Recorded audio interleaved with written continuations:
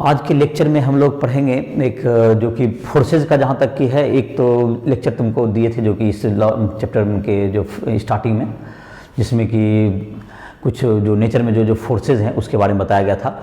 आज उसमें एक अलग से एक फोर्स है जिसका की चर्चा करेंगे, जिसका नाम है फ्रिक्शन फोर्स। तो फ्रिक्शनल फोर्स की बात करते हैं। फ्रिक्शन एक फोर्स है जो कि दो सरफेस जब एक दूसरे के कांटेक्ट में रहते हैं तो उसके कारण से सरफेस के बीच में जब पॉसिबल मोशन हो या रिलेटिव मोशन हो रहा हो तो उसके बीच में फ्रिक्शन फोर्स एक्ट करता है। तो फ्रिक्शन फोर्स एक फोर्स है जो कि कांटेक्ट फोर्स का एक पार्ट है। तो हम लोग फ्रिक्शन फोर्स पर चर्चा करते हैं।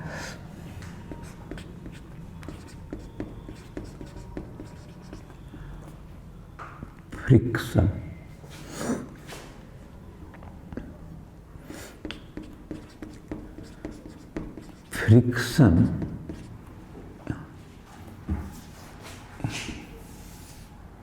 is component of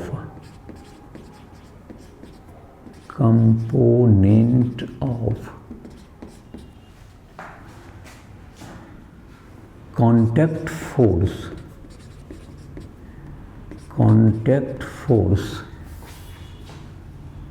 parallel to the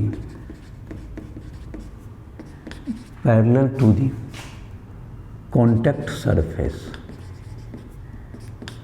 parallel to the contact surface. It opposes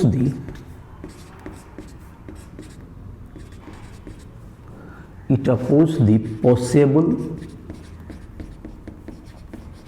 or relative motion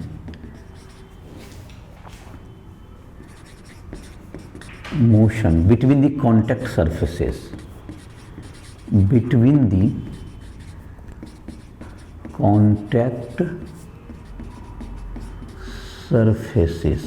तो ये कॉन्टैक्ट सरफेस के बीच का या तो पॉसिबल मोशन होने वाला हो उसको रोकने के लिए, या तुमको दोनों के बीच में रिलेटिव मोशन हो रहा हो उसको अपोज करता है कौन? फ्रिक्शन। कि दोनों सरफेस के बीच में रिलेटिव मोशन ना हो या पॉसिबल मोशन ना हो सके उसके बीच में। तो फ्रिक्शन को हम लोग दो पार्ट में बांट सकते हैं। एक को कहेंगे हम लोग जबकि दोनों के बीच में पॉसिबल मोशन हो नहीं रहा बल्कि मोशन की कोई टेंडेंसी हो तो उसको फ्रिक्शन रेसिस्ट करता है कि मोशन दोनों के बीच में ना हो सके। इस तरह या इस स्थिति तक में जो फ्रिक्शन को हम लोग कहते हैं स्टैटिक फ्रिक्शन। और जब दोनों सरफेस के बीच में अगर रिलेटिव मोशन हो रहा हो तो उन दोनों कंटेक्ट के बीच में जो फ्रिक्शन लगता है that is called kinetic friction. तो हम लोग फ्रिक्शन को दो पार्ट में बांट सकते हैं। Friction force can be divided into two types. Number पहला static friction.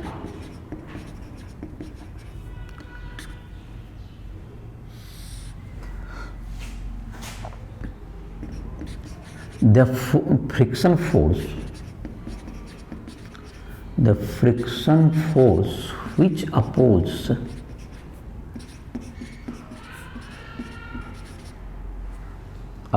the possible motion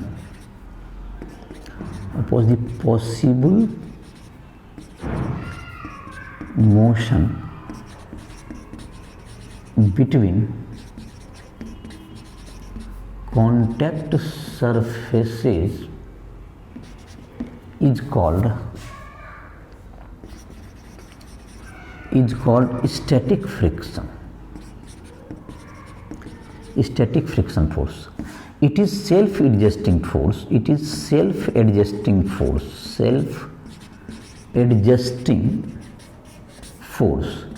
ये सेल्फ एडजस्टिंग होता है। The maximum value of friction, static friction, the maximum value of static friction is called limiting friction force, is called limiting friction force, is called limiting friction force। तो limiting friction force कहलाएगा, maximum value जिसका होता है। और limiting friction force ये area वगैरह पर depend नहीं करता, it doesn't depends, the limiting friction force doesn't upon area of the surface, it depends upon normal reaction and roughness of the surface. The limiting friction, the limiting friction force is directly proportional to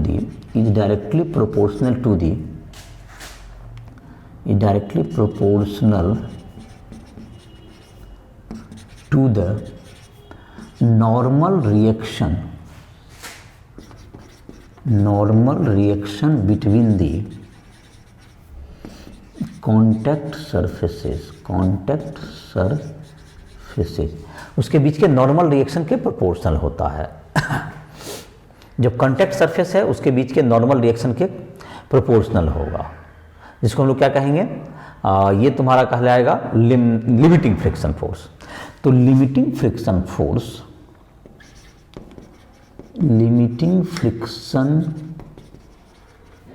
force proportional to normal reaction,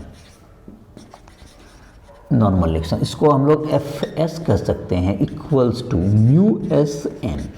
mu S को हम लोग कहते हैं coefficient of static friction, coefficient of static friction. तो ये तो तुम्हारा value हो गया। तो 0 से लेकर के तुम्हारा स्टैटिक फ्रिक्शन का वैल्यू हो गया, ये कहाँ तक एडजस्ट करेगा, म्यू एस एन तक का। और एन जहाँ पे क्या है, normal reaction, N equals to normal reaction. तो ये तुम्हारा हो गया कि फ्रिक्शन, स्टैटिक फ्रिक्शन फोर्स का वैल्यू कहाँ से कहाँ तक होगा, 0 से लेकर के म्यू एस एन तक होगा, ये लिमिटिंग फ्रिक्शन तक।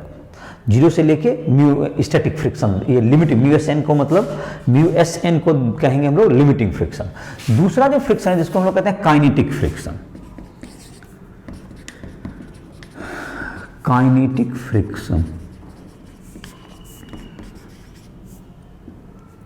The friction force acting between the surfaces, between the contact surfaces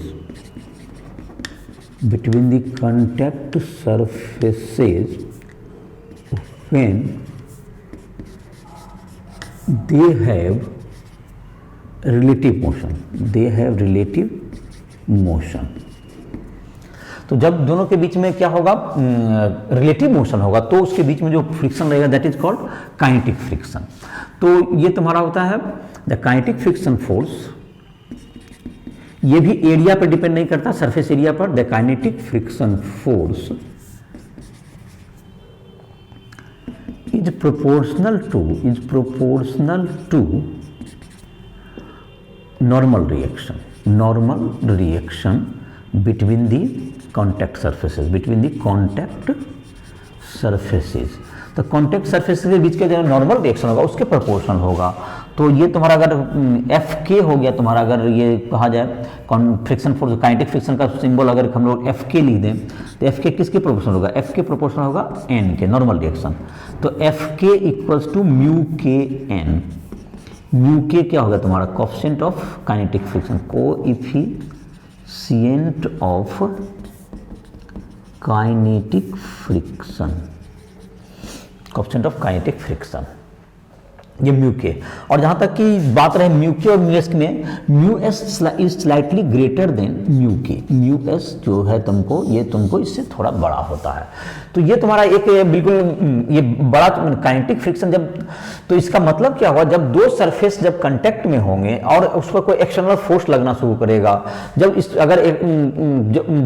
external force छोटा होता है तो वो दोनों जो सरफेसेस है वो एक दूसरे के बीच में वो सेपरेशन नहीं, मोशन स्टार्ट नहीं होता है। तो उस समय जो उस मोशन को जो अपोज करके, जिसको कि मोशन को होने से रोक दिया, that is called static friction. वो फ्रिक्शन कौन सा है? स्टैटिक फ्रिक्शन है। और उस स्टैटिक फ्रिक्शन का लेकिन एक लिमिट है कि वह उसका जो वैल्यू है 0 से लेकर के म्यू एस एन तक हो सकता है। इसके बाद अगर उससे ज्यादा बड़ा फोर्स लग गया तो वह उस दोनों सरफेस के बीच में काइनेटिक फ्रिक्शन स्टार्ट हो जाएगा, और काइनेटिक फ्रिक्शन के भी का जो वैल्यू होगा म्यू के एन होगा, और मोशन को वह रेसिस्ट नहीं कर पाएगा। तो इसका मतलब एक कैपेसिटी है फ्रिक्शन की जहां तक कि वह उस मोशन को क्या कर सकता है? अपोज कर सकता है, जहां तक जिसका मैक्सिमम वैल्यू कहते हैं उसको लिमिटिंग फ्रिक्शन तक। और उसके बाद दोनों के बीच में जो रिलेटिव मोशन स्टार्ट होगा और उस समय भी फ्रिक्शन फोर्स उसको अपोज करते रहता है, that is called kinetic friction. तो ये तुम्हारा हो गया। और इसको जैसे कि एक आध एग्जांपल के द्वारा मैं क्लियर करता हूं, कुछ इसका ग्राफ वगैरह में बना देता हूं, तो इसको नोट डाउन कर सकते हो।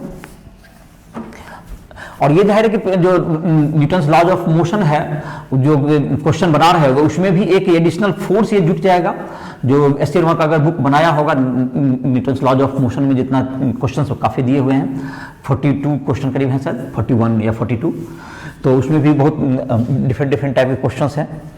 और उसमें एक और फोर्स से जुट जाएगा जिसका नाम होगा फ्रिक्शन, उसको अलग से ही चैप्टर किया गया है एनसीईआरटी बुक में, तो एक में ही सब दिया हुआ है।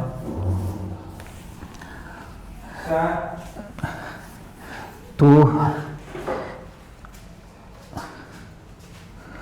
यह है तुम्हारा।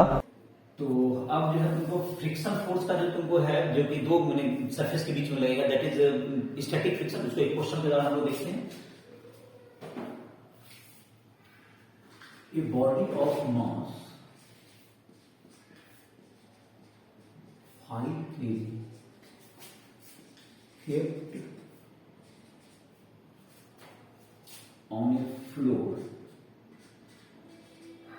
kept on a floor with static friction constant mu s is equal to 0.5 and mu k equals to 0.4.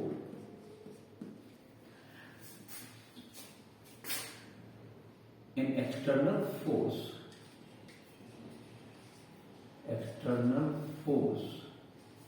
of magnitude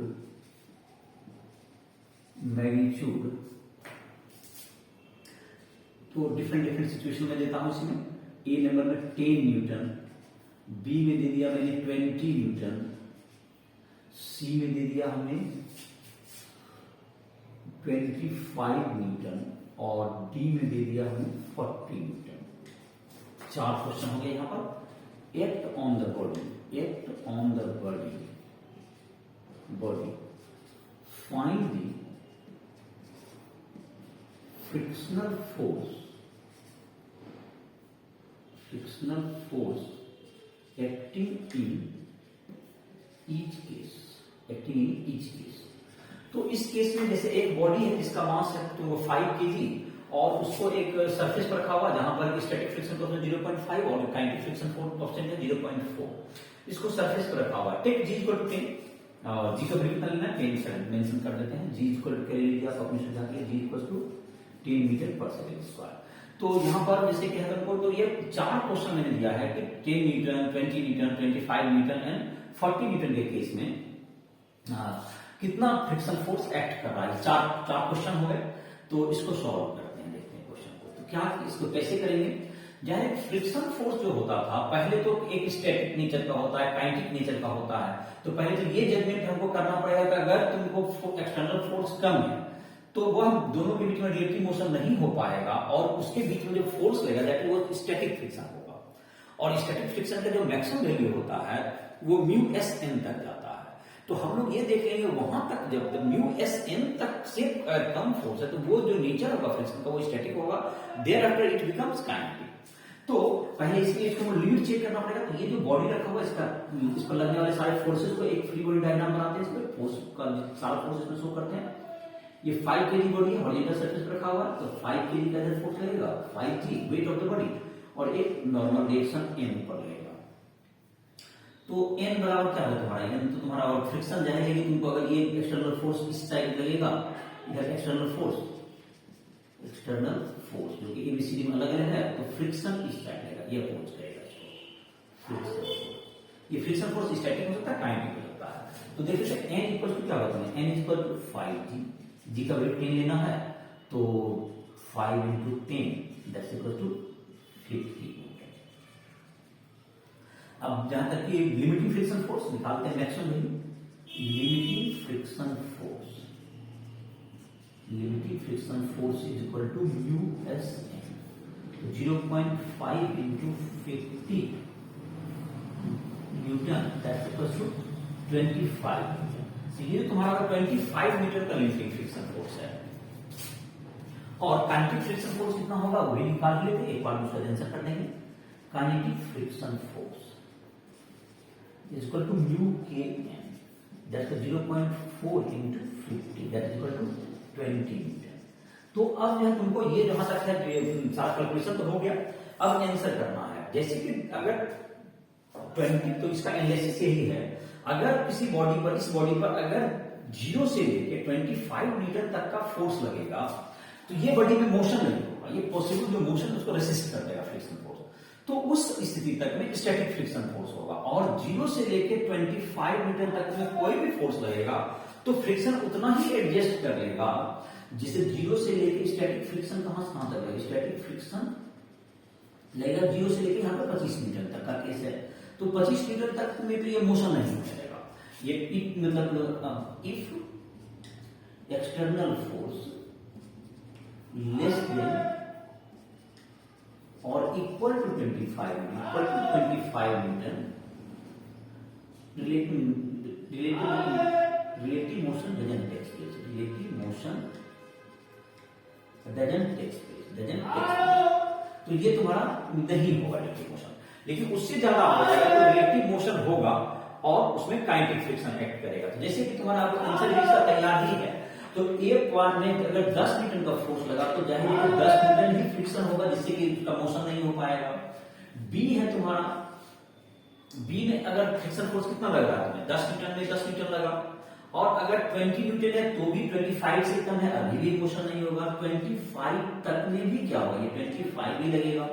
और डी का अगर 40 है तो अब ये काइनेटिक हो जाएगा, उसका वैल्यू आंसर हो जाएगा 20 न्यूटन। ये चारों केस में 4 आंसर, मतलब ये काइनेटिक जब इसका मतलब हुआ कि ये जो तुमको फोर्स है स्टार्टिंग में बढ़ता जाएगा, 25 तक फ्रिक्शन लाया जाएगा, उसके बाद वो काइनेटिक नहीं चलेगा, काइनेटिक का वैल्यू 20 न्यूटन, ये तुम्हारा आंसर हो जाएगा। तो चौथा जब 40 न्यूटन है उस केस में ये 20 न्यूटन का फ्रिक्शन फोर्स लगेगा। और इसके ग्राफिकली इसको हम इस ढंग से दिखाते हैं। फ्रिक्शन को अगर ग्राफ और एक्सटर्नल फोर्स के बीच में लोग ड्रॉ करना चाहें किसी भी सिचुएशन में तो लोग ड्रॉ करते हैं। फ्रिक्शन ले लीजिए और इधर एक्सटर्नल फोर्स जो धीरे धीरे इंक्रीज कर रहे हैं आपको, अगर एक्सटर्नल फोर्स तो 0 पर ये क्या होगा तुम्हारे, 0 पर ये 0 होगा और धीरे धीरे जैसे जैसे बढ़ते जाएगा तो ये बढ़ते चला जाएगा। ये तुम्हारा इसका वैल्यू क्या हो जाएगा, ये बढ़ते जाएगा और बढ़ते बढ़ते यहां तक चला गया ये, तो ये तुम्हारा क्या हो गया 0 से लेके कहां तक जाएगा, ये बढ़ते हुए ये कहां तक जाएगा, फ्रिक्शन का वैल्यू μSM तक, ये μSM लिमिटिंग फ्रिक्शन तक जाएगा, लिमिटिंग फ्रिक्शन तक जाएगा। ये स्टैटिक नेचर का होगा और ये तुमको जितना फोर्स होगा वो उतना ही दोनों का वैल्यू इक्वल होगा। ये एंगल कितना हो जाएगा 45 डिग्री हो जाएगा। उसके बाद ये तुमको क्या हो जाएगा, ये इस ढंग से ये क्या हो जाएगा, इस ढंग से ये काइनेटिक हो जाएगा।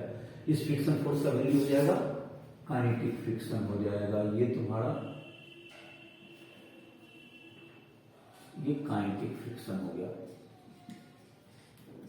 काइनेटिक फ्रिक्शन फोर्स ये हो गया तुम्हारा।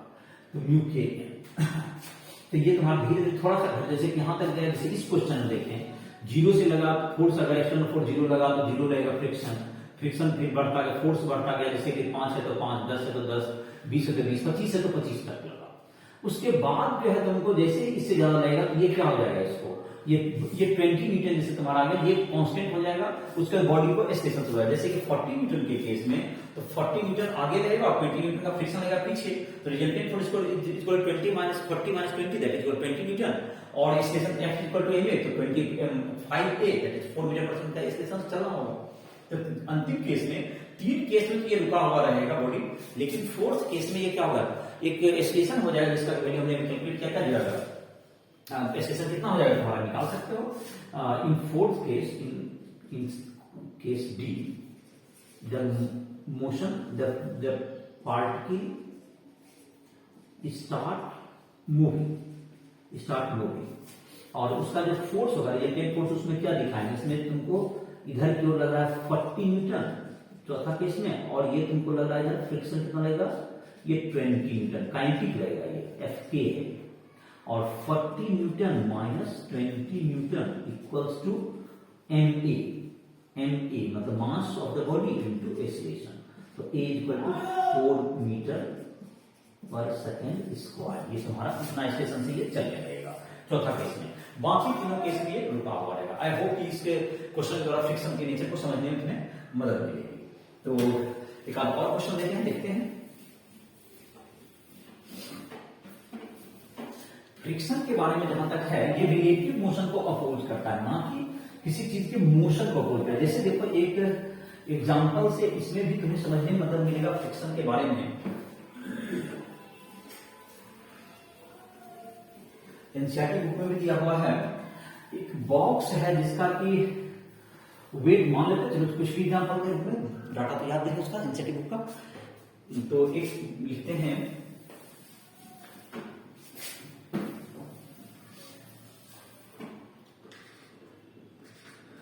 a box weighing a box kept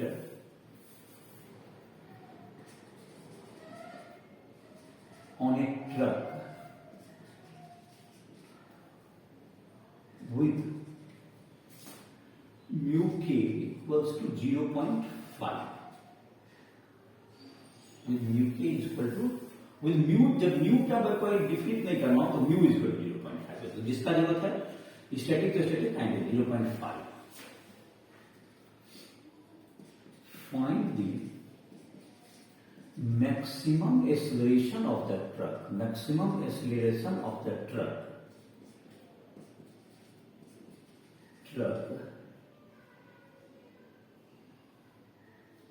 so the box move with the truck. जब उसे फ्लोर पर रखा हुआ है तो उसके साथ जाए बिना किसी और किसी का सपोर्ट ना हो। तो देखो जैसे कि ये तुम्हारा बॉक्स है, ये ट्रक है, ये मूव कर रहा है, ये बॉक्स आपको रखा हुआ है। तो ये जो ट्रक है, ये जो ट्रक तुम्हारा हो गया, ये ट्रक है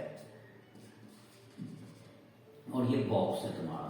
तो बॉक्स जो ट्रक को तो अपना खैर स्पीड होगा, बॉक्स का यहां पर क्या होगा, बॉक्स में देखें फोर्स के बारे में। ट्रक को अपना इंजन लगा हुआ है, जो भी है उसका अपना एक मैकेनिज्म है। हम लोग का बॉक्स के बारे में अगर देखें तो बॉक्स का कुछ मास होगा, तो बॉक्स का वेट होगा mg नीचे, और एक नॉर्मल रिएक्शन होगा ऊपर की ओर ऐसा। अब हॉरिजॉन्टल में इसे एक्सीलरेशन देने की कोई फोर्स ही नहीं है। तो फोर्स कैसे स्टेशन, जब ट्रक के साथ इसको चलना है तो क्या करेगा, फ्रिक्शन ऐसा फोर्स है जो कि क्या करेगा, इसको फ्रिक्शन जैसे ही ट्रक आगे बढ़ना चाहेगा तो इसमें रिलेटिव मोशन शुरू हो जाएगा ट्रक और किसके बीच में, बॉक्स के बीच में। तो ट्रक और बॉक्स के बीच में जब रिलेटिव मोशन शुरू हो जाएगा तो उसको अपोज करने के लिए जो फ्रिक्शन उसको अपोज करना चाहेगा वो भी ट्रक के साथ चलाने में इसको मदद करेगा। जिसका मतलब रिलेटिव मोशन हो, इसका कोई अपोज नहीं है फ्रिक्शन। फ्रिक्शन चाहेगा कि जो ट्रक और किसके बीच में, जो बॉक्स के बीच में, ट्रक और बॉक्स के बीच में रिलेटिव मोशन ना हो सके, और वो लिमिटिंग फ्रिक्शन तक इसका प्रयास करेगा। तो इस बात का मतलब ये हो गया कि ये तुमको जो है, जबकि ये एक्सीलरेटेड है ट्रक, तो इसको जो फ्रिक्शन ये पीछे की तरफ, अगर इसमें कोई फोर्स ना लगे तो ये क्या होने लगेगा, ये पीछे की तरफ लगेगा। तो पीछे की तरफ उसको अपोज करने के लिए ये क्या हो जाएगा, ये फ्रिक्शन इसको आगे लेगा। तो ये तुमको जो ध्यान देने वाली बात है कि फ्रिक्शन आगे लग रहा है, ये ध्यान रहे। जो अक्सर लोग सोचते हैं फ्रिक्शन पीछे ही लगता है, ये फ्रिक्शन इधर लग रहा है, ये आगे की ओर इसमें एक्ट करेगा बॉक्स में। लेकिन ट्रक में अगर देखिए तो फ्रिक्शन पीछे हो जाएगा, क्योंकि इक्वल एंड अपोजिट होता है नॉर्थ न्यूटन थर्ड लॉ के मुताबिक। तो इस स्थिति में ये फ्रिक्शन ही देगा, क्योंकि फ्रिक्शन तक अपने एक लिमिटिंग वैल्यू है, उससे अधिक एक्सीलरेशन होगा तो वो नहीं दे पाएगा वैल्यू। तो फ्रिक्शन का वैल्यू कितना मैक्सिमम हो सकता है, देखो जैसे n इक्वल टू कितना है तुम्हारा mg हो गया, ऊपर का फोर्स और नीचे का फोर्स तो इक्वल है, तो n इक्वल टू mg। अब फ्रिक्शन आगे क्या लग सकता है आपको, फ्रिक्शन और फोर्स का जो लिमिटिंग वैल्यू है, f का maximum value of friction, maximum value of friction, maximum frictional force equal to mu N, यही म्यू एस एन या म्यू एन कह सकते हैं। म्यू का वैल्यू होगा तुम्हें 0.5 इंटू एन का वैल्यू है एम इंटू जी। तो ये तुम्हारा बनेगा मैक्सिमम फ्रिक्शन फोर्स इतना है 0.5 mg। तो इससे ज्यादा फोर्स नहीं कर सकता, तो मैक्सिमम एक्सलेशन कितना हो गया? तो F इज इक्वल टू यही जो तुम्हारा है दिस इक्वल टू इतना, इससे ज्यादा फोर्स नहीं हो सकता, तो 0.5 into mg equal to m into acceleration का जो मैक्सिमम वैल्यू, इससे ज्यादा मैक्सिमम नहीं हो सकता एक्सलेशन। तो ए मैक्स कितना होगा तुमको 0.5 इंटू 10 ही ले लीजिए तो 5 मीटर पर सेकेंड स्क्वायर, ये मेन कैंसिल हो गया। तो 5 मीटर पर सेकेंड स्क्वायर से अगर अधिक हो गया एक्सलेशन ट्रक का, तो ये इसके साथ क्या होगा, इसके स्लाइड करने लगेगा इसके सरफेस पर, और ये अगर पीछे बॉडी है तो उसमें जाके ये सट जाएगा, तो फिर उसको नॉर्मल रिएक्शन क्या देगा, उसको आगे की ओर एक एक्सलेशन दे सकता है, जो कि जैसे कि देखते हो कि जब कोई चीज गिरने लगता है कोई बॉडी, तो वो धीरे धीरे कहीं कहीं सहारा लेता है। उसी तरह से जब ट्रक चलते हैं, ट्रक का जो बॉडी होगा अगर यहाँ पर, तो इसमें जाकर सट जाएगा, तब फिर आगे जा सकता है, इससे ज्यादा एक्सलेशन होने पर। अदरवाइज नहीं, तो अगर पीछे खुला हुआ है बॉटम, उसका जो ट्रक का पिछला भाग अगर खुला हुआ, तो ये बॉक्स गिर जाएगा उस पर से, अगर उससे ज्यादा एक्सलेशन हुआ तो रोड पर गिर जाएगा। तो समझ अगर ट्रक का एक्सलेशन 5 मीटर पर सेकेंड स्क्वायर तक है, और तो ये उसके साथ जाएगा।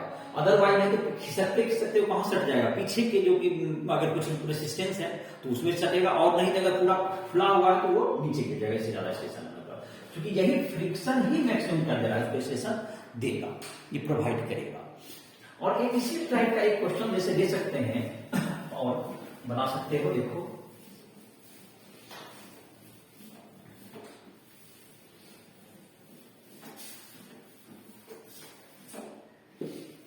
कि कब तक दो बॉडी को अगर कांटेक्ट में रखें, दोनों का मास गिवन है, तो कब तक दोनों बॉडी कितना फोर्स लगाएं कि दोनों बॉडी एक साथ चल सके। देखो जैसे कि ये फिगर देते हैं, इसके नोट एग्जांपल में दिया हुआ है क्वेश्चन, ये कैपिटल एम मास है, ये स्मॉल मास एम है, इसमें फ्रिक्शन कोएफिशिएंट दे दो म्यू, यहां पर फ्रिक्शन कोएफिशिएंट म्यू, यहां स्मूथ कर देते, यहां कोई फ्रिक्शन नहीं है। तो इस पर एक फोर्स F लग रहा है, इसको इधर से एक फोर्स F लग रहा है इसमें, इस बॉडी पर। तो maximum value of friction F, calculate या find the maximum value of F, maximum value of F, so जब टू बॉडी मूव टूगेदर, मतलब दोनों बॉडी एक साथ चले, इसलिए इसका मैक्सिमम वैल्यू क्या होगा फोर्स का।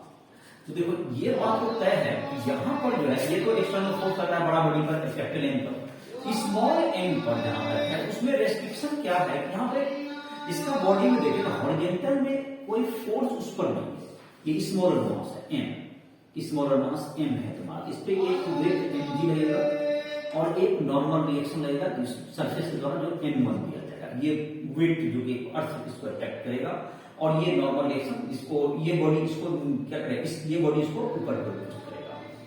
इस पर हॉरिजॉन्टल में कोई एक्सलेशन नहीं प्रोवाइड करने वाला है, तो ये बॉडी पर जब फोर्स आएगा तो ये तो मूव करना चाहेगा, और ये बॉडी क्या होगा, तुमको मूव नहीं कर सकता, क्योंकि ये बॉडी आगे का कैसे जाएगा, क्योंकि इसमें फ्रिक्शन है, तो फ्रिक्शन इसको मदद करेगा जो कि आगे जाने में, जिसमें फ्रिक्शन है जो कि आगे की ओर लगती है, इसको क्या करेगा, आगे बढ़ाएगा। तो यानी यहां भी वही सिचुएशन, जैसे ट्रक और बस का बात करते, ट्रक और बॉक्स का बात करते, वही बात है यहाँ भी। तो यहां पर देख लेते हैं n इक्वल टू क्या हो गया mg, तो F जो की होगा, F इक्वल फ्रिक्शन ही क्या दे सकता है, F equal to m into a max, इससे ज्यादा एक्सलेशन नहीं हो सकता है। और F का वैल्यू कितना होगा तुम्हारा, F का वैल्यू होता है तुमको F less than equal to क्या होगा तुम्हें म्यू m, तो m into a max, m into a max is less than equal to mu into mg, n का वैल्यू बराबर, तो a मैक्स क्या हो गया less than equal to mu g, तो a मतलब कि a मैक्स होगा तो खैर a मतलब कि a less than equal to कर सकते हो, तो a मैक्स हटेगा तो इक्वल साइन देना होगा। तो चलो तो यहां पर कर देते हैं m इंटू a, तो इसको कर दो a less than equal to mu g, तो a मैक्स कितना हो गया म्यू जी हो गया। तो मैक्सिमम एक्सलेशन जो कि बॉक्स को मिल सकता है तो वो है म्यू जी। तो जाहिर है कि ये जो फोर्स है, इसका मतलब जो नीचे वाला बॉक्स है वो भी कितना एक्सलेशन से मैक्सिमम चल सकता है, एक म्यू जी एक्सलेशन से ही चल सकता है। तो ये जो फोर्स है, आप जैसे देखो तुम चाहो तो एक बात तो तय चल गया कि नीचे वाला मास और ऊपर वाला मास दोनों क्या होगा, चल सकता है। मैक्सिमम कितना स्टेशन के साथ चल सकता है, तो म्यू मतलब एक म्यू जी स्टेशन है। इस बात का मतलब ये हो गया कि इसमें जो फोर्स लगेगा मैक्सिमम कितना फोर्स इसको लगाएगा। अगर इसको देखें तो दोनों बड़ी को स्टेशन सेम है तो दोनों को हम सेम एफिलिटी में ड्रॉ कर सकते हैं, दोनों को एक ही मतलब सिस्टम मान के उनको बना सकते हैं। तो अगर एक ही सिस्टम लेंगे यहां तक यहां पर कोई फ्रिक्शन है नहीं, यहाँ नो फ्रिक्शन, आगे इधर की तरफ जाने में कोई रेसिस्ट नहीं करेगा। और यहाँ पर क्या हो जाएगा, इसका दोनों का वेट कंबाइंड इधर नीचे लग जाएगा m प्लस एम इंटू जी, और एक ऊपर नॉर्मल रिएक्शन लग जाएगा जिसका नाम कुछ भी दे दो n1 वगैरह कुछ नाम दे सकते हो, जो कि जमीन ये लगाएगा। और आगे का फ्रिक्शन फोर्स होता है, एक फोर्स है, और यहाँ फ्रिक्शन नहीं है, स्मूथ है। यहाँ सरफेस क्या है, स्मूथ है, तो इसमें कोई दिक्कत नहीं है, इधर फ्रिक्शन नहीं है, स्मूथ सरफेस, नो फ्रिक्शन। तो F इक्वल टू क्या होगा, तुम्हें वही स्टेशन देगा, F इक्वल टू दोनों को एक साथ सिस्टम मान तो मास हो गया m plus m into a max, तो F plus m into mu g, यही तुम्हारा आंसर है। इससे ज्यादा फोर्स लगाने के दोनों के बीच में सेपरेशन हो जाएगा, तब ये जो है इससे ज्यादा फोर्स लगेगा तो ये आगे बढ़ने लगेगा, और ये क्या होगा धीरे धीरे उसके रिस्पेक्ट में पीछे जाने लगेगा।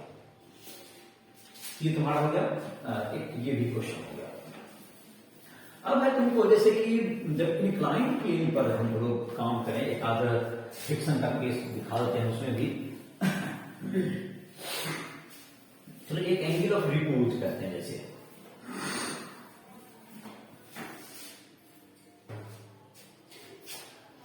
अगर फ्रिक्शन कोएफिशिएंट थीटा है तो मैक्सिमम फ्रिक्शन कोएफिशिएंट अगर तुमको म्यू हो तो मैक्सिमम तुमको क्या एंगल हो जिसपे कि वो बॉडी मूव करने लगता है।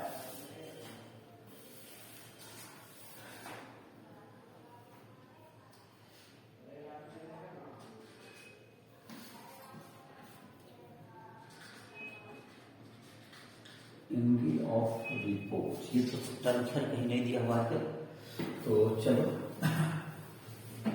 क्वेश्चन ही बनाते हैं इसको।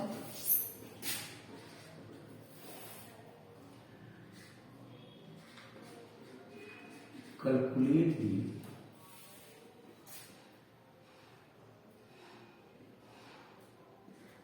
minimum force required along the surface to move a body upward, move a body upward on an inclined plane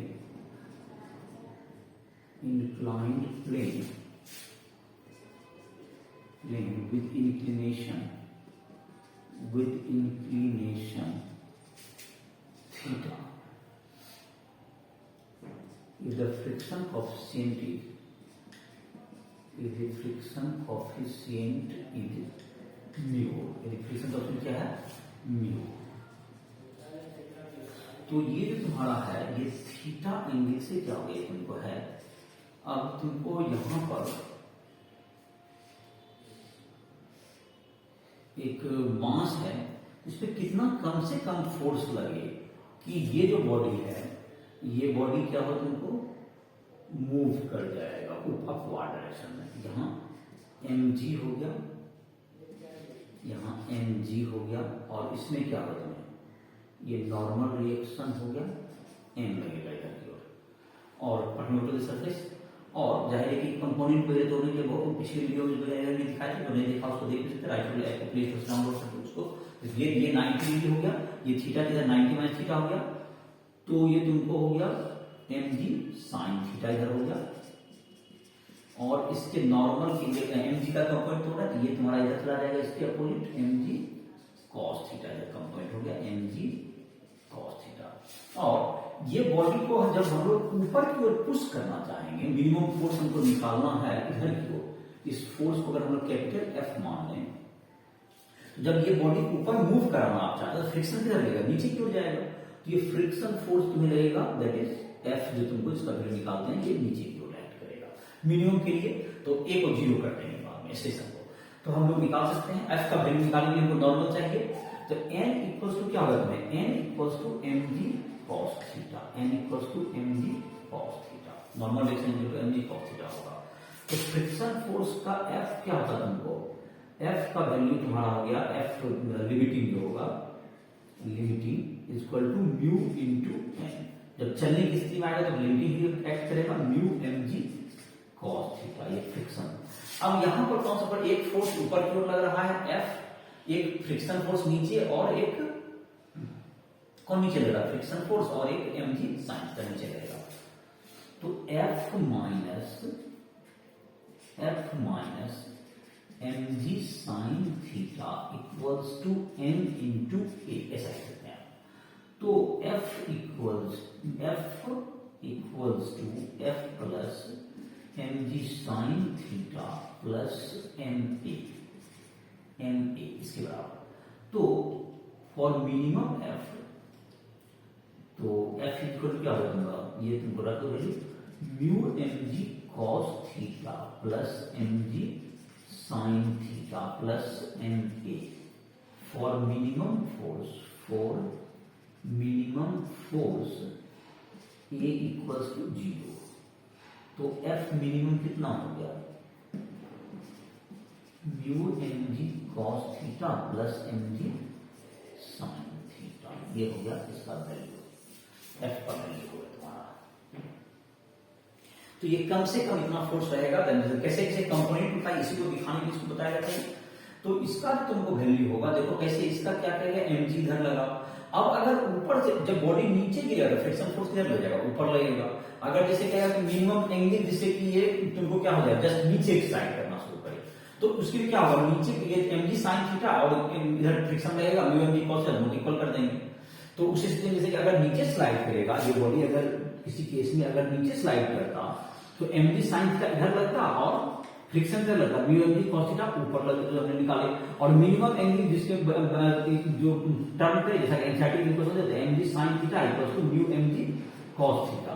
तो म्यू इक्वल टू क्या होगा, tan थीटा तुम्हें हो जाएगा। तो वो मिनिमम एंगल होगा जिससे कि तुमको ये नीचे की ओर गिरेगा, जो एंग्जाइटी में एग्जांपल में भी दिया हुआ, बना हुआ एग्जांपल इसका। तो ये सब तुमको क्वेश्चन आई थिंक समझ में आ गया होगा। तो एनसीईआरटी बुक में तुमको दिया हुआ है, उसे एग्जांपल्स वगैरह बना लोगे। एक्सरसाइज में भी तुमको जो क्वेश्चंस है, फ्रिक्शन का तुम्हारा हो गया और उसके बाद तुम्हारा एससी वर्मा का बुक में लॉज ऑफ मोशन के बाद का क्वेश्चन उम्मीद है कि बना दिया होगा। और फ्रिक्शन में भी तुम उसमें जहां पर दिक्कत हो रहा है फ्रिक्शन भी अलग से एक्सरसाइज दिया, उसको अलग से भी चैप्टर में दिया हुआ है, जिसको मैं क्वेश्चन बनाओगे फ्रिक्शन का। काफी अच्छे क्वेश्चन दिए हुए हैं, स्टैंडर्ड क्वेश्चन हैं लॉज ऑफ मोशन और फ्रिक्शन दोनों में। काफी मतलब क्या कहते हैं पुलिस के क्वेश्चन है या तुमको इंक्लाइन प्लेन के सारे क्वेश्चन बहुत ही दिए हुए हैं, ऐसे का बुक काफी बेहतर वे में लिखा हुआ है। तो उसको तुम बनाने की कोशिश करोगे और जहां भी तुमको दिक्कत हो रही है किसी क्वेश्चन को बनाने में, किसी में प्रॉब्लम हो रहा है, तो तुम हमसे संपर्क कर सकते हो। राइट लैब के माध्यम से हमसे संपर्क करो, वहां पर हमारा जो है फोन नंबर, ईमेल आईडी सब दिया हुआ है। पर्सनल कांटेक्ट की जरूरत है जिसमें कि तुमको हमसे कांटेक्ट कर सकते हो और उसमें तुमको किसी भी उसमें और भी क्वेश्चन मिल जाएंगे जिसको तुम प्रैक्टिस कर सकते हो। ऑब्जेक्टिव सब्जेक्टिव दोनों तरह के क्वेश्चन मिलेंगे ऐप पर। और तुमको जब भी पर्सनल किसी को दिक्कत आ रहा है, पर्सनल गाइड के लिए भी तुमसे संपर्क कर सकते हो।